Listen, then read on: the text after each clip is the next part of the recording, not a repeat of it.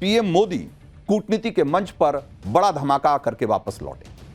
PM Modi G20 summit में हिस्सा लेने के लिए दक्षिण अफ्रीका गए थे। वहां पीएम मोदी क्या बड़े बड़े काम उन्होंने किया है, एक बार जरा उस पर गौर करिए। अमेरिकी राष्ट्रपति डोनाल्ड ट्रंप के बायकॉट के बावजूद G20 समिट में वही डिक्लेरेशन अपनाया गया जिस पर पूरी तरीके से पीएम मोदी की छाप दिख रही। चाहे वो विकसित देशों के लिए क्लाइमेट फाइनेंस बढ़ाने की बात हो या फिर ग्लोबल साउथ यानी कि दुनिया के विकासशील देशों और खासकर अफ्रीका की आवाज को मजबूत करने का आह्वान हो।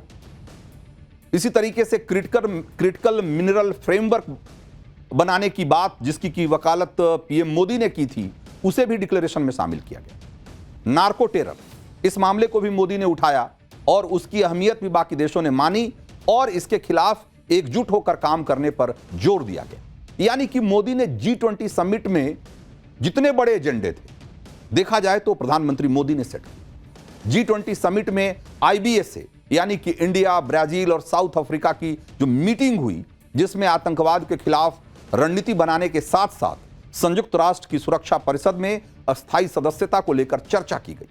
भारत के अलावा ये जो दोनों देश हैं, ब्राजील और साउथ अफ्रीका, ये भी यूएन सिक्योरिटी काउंसिल की परमानेंट मेंबरशिप मांग रहे हैं। और पीएम मोदी ने यह स्पष्ट कह दिया है कि सुरक्षा परिषद में सुधार अब विकल्प नहीं बल्कि अनिवार्यता है, समय की जरूरत है। और यूएन सिक्योरिटी काउंसिल में 5 स्थायी सदस्य हैं, इनमें से 4 देश भारत के समर्थन में हैं, लेकिन चीन इसका विरोध करता रहा है। इसके अलावा G20 के इतर पीएम मोदी ने कनाडा के साथ साथ बहुत सारे देशों के साथ इस बात पे चर्चा की कि भारत के साथ रिश्ते कैसे बेहतर किए जाएं और कनाडा के साथ भी भारत के रिश्ते को पटरी पर लाने का पूरा काम जोर शोर से चल रहा है। इसके अलावा पीएम मोदी ने ऑस्ट्रेलिया और कनाडा के साथ मिलकर टेक्नोलॉजी और इनोवेशन में एक नई साझेदारी बनाई। तो देखा जाए तो ये जो पीएम मोदी का G20 का समिट का दौरा था, वो बहुत ही सक्सेसफुल रहा है। जब पीएम मोदी G20 की बैठक के लिए जा रहे थे तो कांग्रेस से कहकर पीएम मोदी को घेर रही थी कि पीएम मोदी ट्रंप से बचते हुए जा रहे हैं। लेकिन G20 में कूटनीतिक कामयाबी के झंडे गाड़कर पीएम मोदी ने विपक्ष को एक करारा जवाब दिया है। और G20 से लौटते ही पीएम मोदी अपने काम में जुट गए। पीएम मोदी आज सुबह करीब 7 बजे साउथ अफ्रीका से लौटे, एक तरीके से 10 घंटे की यात्रा करके, और लौटते ही वो करीब 10 बजे के आसपास chief justice of India justice Suryakant की शपथ समारोह में शामिल होने चले। शपथ समारोह राष्ट्रपति भवन में था, लेकिन इस समारोह में नेता विपक्ष राहुल गांधी नजर नहीं आए। इस पर बीजेपी ने राहुल गांधी को घेर लिया और कि इतने अहम मौके पर नेता विपक्ष गायब हैं और किसी को नहीं पता कि वो कहां हैं। और ये कोई पहला मौका नहीं है जब राहुल गांधी ऐसे बड़े मौके पे नदारद दिखे। बहुत सारे ऐसे दूसरे मौके हैं जब लोकतंत्र के लिए बहुत जरूरी होता है कि ऐसे मौकों पे, जैसे कि भाई चीफ जस्टिस का जो शपथ ग्रहण समारोह है वो किसी पार्टी का तो समारोह है नहीं। ये वैसे मौके हैं जब देश के सारे राजनीतिज्ञों को एक साथ आकर एक मैसेज देने की कोशिश करना चाहिए कि भाई हायर जुडिशियरी में सबका समान विश्वास और भरोसा है। ये लोकतंत्र को मजबूत करने वाली बात होती है। लेकिन वो राहुल गांधी जो हमेशा संविधान की प्रतियां उठाकर और पॉलिटिकल पार्टियों में के रैलियों में जाया करते हैं, वो जब ऐसा मौका आता है ये बताने का, ये साबित करने का, ये दिखाने का कि लोकतंत्र में उनका भरोसा है और देश का लोकतंत्र मजबूत करने में यकीन रखते हैं, तो हर बार चूक जाते हैं। और कई मौकों पर उनकी गैर मौजूदगी ये बताती है कि वो कहने को जो कह लें, लेकिन देश के लोकतंत्र को मजबूत करने में उनका जो योगदान होना चाहिए वो नहीं है। प्रधानमंत्री नरेंद्र मोदी जब से साउथ अफ्रीका में G20 के सम्मेलन से लौट कर आए हैं, तब से पाकिस्तान के होश उड़े हुए, क्योंकि पाकिस्तान को लग रहा है कि G20 से आते ही पीएम मोदी ने कोई बड़ा प्लान बना लिया है। पाकिस्तान तो अब तक इसी बात से डरा रहता था कि दिल्ली ब्लास्ट की जांच में जैसे जैसे उसका नाम सामने आ रहा है, वैसे ही कहीं अचानक पीएम मोदी ऑपरेशन सिंदूर पार्ट 2 न शुरू कर दें। लेकिन पिछले 2 दिन में कुछ ऐसा हुआ है जैसे पीएम मोदी के दिमाग में पाकिस्तान को लेकर कुछ और ही प्लानिंग चल रही है। जो नए बयान आ रहे हैं उससे तो ऐसा लग रहा है जैसे पीएम मोदी ने पीओके कैप्चर करने से भी कुछ बड़ा प्लान किया हुआ है। ऐसा लग रहा है कि पीएम मोदी ने वो प्लान बना दिया है जिसके बाद पाकिस्तान फिर कभी अपनी जीत का फर्जी दावा, फर्जी जश्न मनाने लायक भी नहीं बचेगा। क्योंकि अभी तो पाकिस्तान अपने एयरबेस तबाह होने के बाद से भारत से युद्ध में फर्जी जीत का दावा करता रहा है और दावे के आधार पर मुनीर प्रमोशन लेता रहा है। लेकिन ऐसा लग रहा है कि पीएम मोदी पाकिस्तान को ऐसा सबक सिखाने वाले हैं कि पाकिस्तान झूठ बोलने लायक भी अब नहीं बचेगा। पीएम मोदी पाकिस्तान के खिलाफ कौन सा बड़ा एक्शन प्लान कर रहे हैं? भारतीय सेना और रक्षा मंत्री राजनाथ सिंह ने ऐसा क्या कह दिया कि पाकिस्तान गुजारिश करने लगा? क्यों पाकिस्तान हिंदुत्व माइंडसेट की बात करने लगा? यह सब मैं आपको बताऊंगा। इसके अलावा आपको यह भी बताऊंगा कि पहली बार सेना प्रमुख ने ऐसा क्या कर दिया कि पाकिस्तान और परेशान हो जाएगा। पाकिस्तान में वो कौन है जो मुनीर के कमांडो को बम से उड़ा रहा है, यह सब भी बताऊंगा। लेकिन पहले पाकिस्तान को दहशत में डालने वाली खबर की जरा एक झलक देखिए।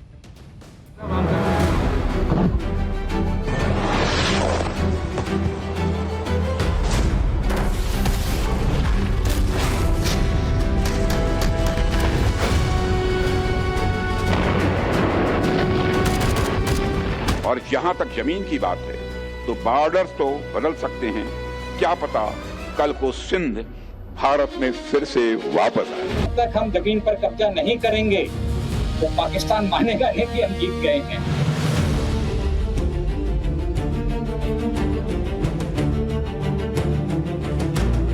Of Sindoor was an apt example towards that synergy.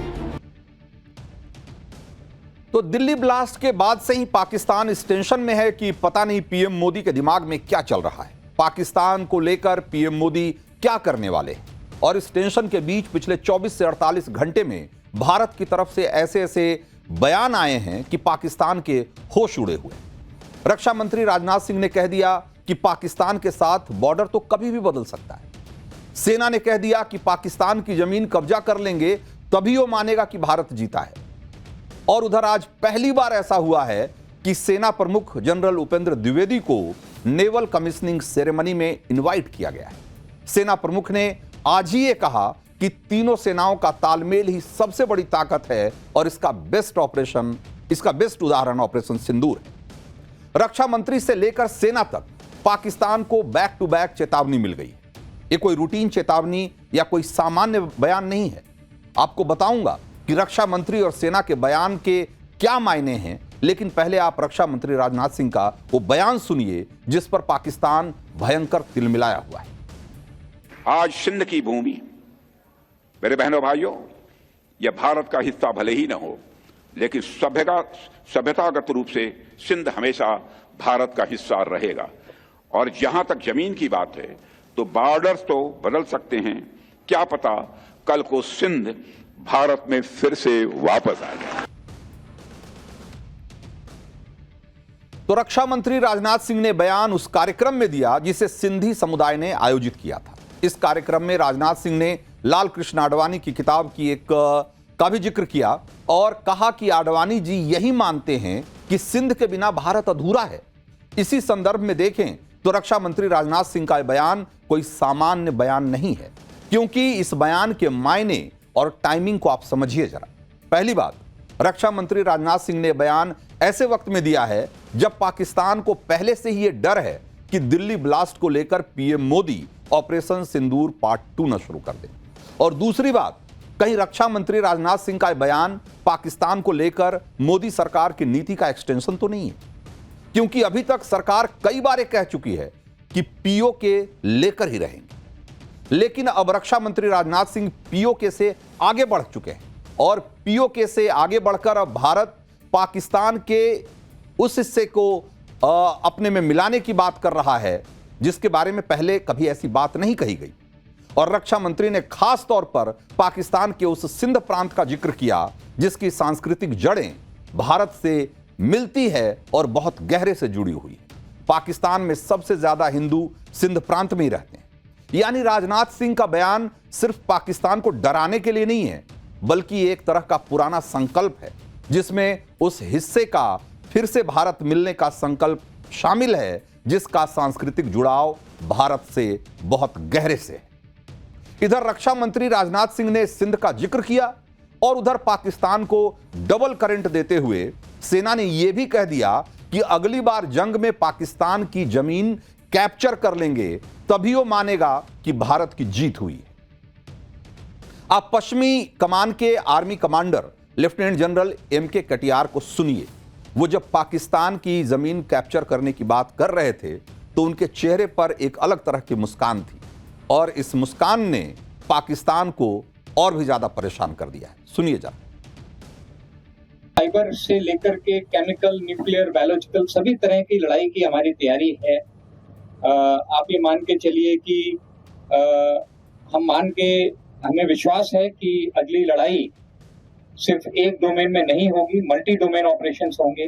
लड़ाई स्पेस में भी होगी, साइबर में भी होगी, ईडब्ल्यू में भी होगी, इंफोवॉर में भी होगी। पर जीत जो है वो जमीन पर ही हासिल होगी।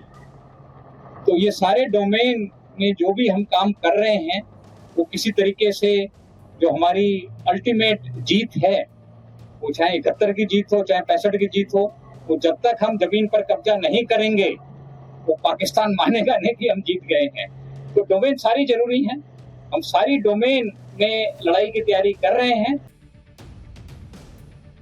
तो रक्षा मंत्री कह रहे हैं कि पाकिस्तान का नक्शा बदल सकते हैं। सेना कह रही है कि पाकिस्तान की जमीन कैप्चर कर लेंगे और ऐसे बयान सुन सुनकर ही पाकिस्तान का दिल बैठा जा रहा होगा, क्योंकि पाकिस्तान को पता है कि नरेंद्र मोदी पाकिस्तान को टुकड़े करने का काम कभी भी कर सकते हैं। इसीलिए रक्षा मंत्री राजनाथ सिंह के बयान पर पाकिस्तान बुरी तरह से तिलमिलाया हुआ है। पाकिस्तान ने राजनाथ सिंह के बयान को संप्रभुता का उल्लंघन बताया है। पाकिस्तान ने कहा कि ऐसे बयान विस्तारवादी हिंदुत्व सोच को उजागर करते हैं। पाकिस्तान ने कहा कि वो गुजारिश करता है कि ऐसे बयानबाजी से बचा जाए। इसके साथ ही पाकिस्तान कश्मीर की बात करने लगा है, भारतीय मुसलमानों की बात करने लगा है, नॉर्थ ईस्ट में हिंसा की बात करने लगा है। यानी रक्षा मंत्री के बयान से पाकिस्तान में एक तरीके से आग लग गई है। इस पाकिस्तान इसलिए भी तिलमिलाया हुआ है क्योंकि जैसे बलूचिस्तान में आजादी की मांग उठती रहती है, वैसे ही मांग अब सिंध प्रांत में भी होनी शुरू हो गई है और यहां के लोगों में भी यही भावना है कि पाकिस्तान के हुक्मरान सिंध की अनदेखी करते हैं। सिंध के लोगों को उतनी भागीदारी नहीं मिलती जितने कि वो हकदार हैं। जबकि आबादी और आधार के आकार के हिसाब से अगर देखें तो सिंध बहुत बड़ा प्रांत है। वहां के कई ग्रुप पे चाहते हैं कि सिंध को पाकिस्तान से अलग एक सिंधु देश के तौर पर मान्यता मिले। पाकिस्तान के भीतर सिंध के क्या मायने हैं, जरा इसको समझिए।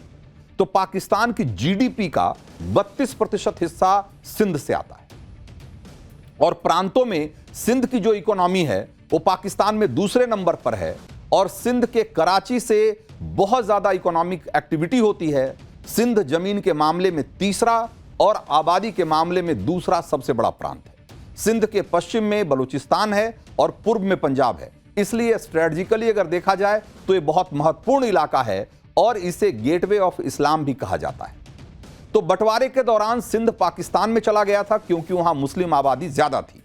वहां जो हिंदू थे उनमें से काफी संख्या में हिंदू सिंधी भारत आ गए थे और जो बाकी रह गए वो भी बहुत सुरक्षित नहीं है। उनकी आबादी लगातार कम होती चली गई है और अब जब भारत ने सिंध पर एक बहुत बड़ा बयान दे दिया है तो पाकिस्तान को डर है कि कहीं सिंध में भी बगावत की चिंगारी और न भड़क जाए।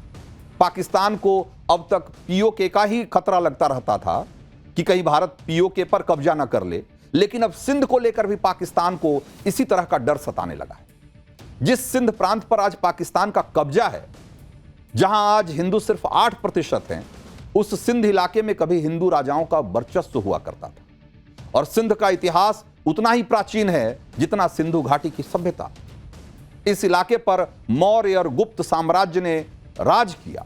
सिंध पर हुकूमत करने वाले आखिरी हिंदू शासक राजा दाहिर थे। राजा दाहिर 8वीं सदी में सिंध के शासक थे और सिंधु नदी के किनारे के इसी इलाके को सिंध कहा जाता है और सिंध में रहने वाले सिंधी कहे गए और इसी से शब्द आया हिंद और हिंदी और जिससे कि हिंदुस्तान जैसे शब्द बने। सिंध के बारे में बात करते हुए रक्षा मंत्री राजनाथ सिंह ने यह भी कहा कि सिंध प्रदेश राजा दशरथ के राज्य का हिस्सा था। सिंध वह क्षेत्र भी है जहां वेद ज्ञान सबसे पहले आया था।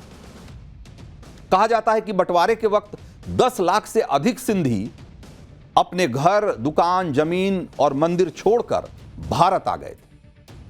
पाकिस्तान को लेकर जो बातें रक्षा मंत्री कर रहे हैं या सेना कह रही है, वो बातें उसे बिल्कुल भी हल्के में इसलिए नहीं लिया जा सकता है क्योंकि पीओके हो या सिंध हो, इनकी बातें सिर्फ बातें नहीं है, बल्कि पाकिस्तान को फोड़ने की एक तगड़ी प्रैक्टिस लगातार हो रही।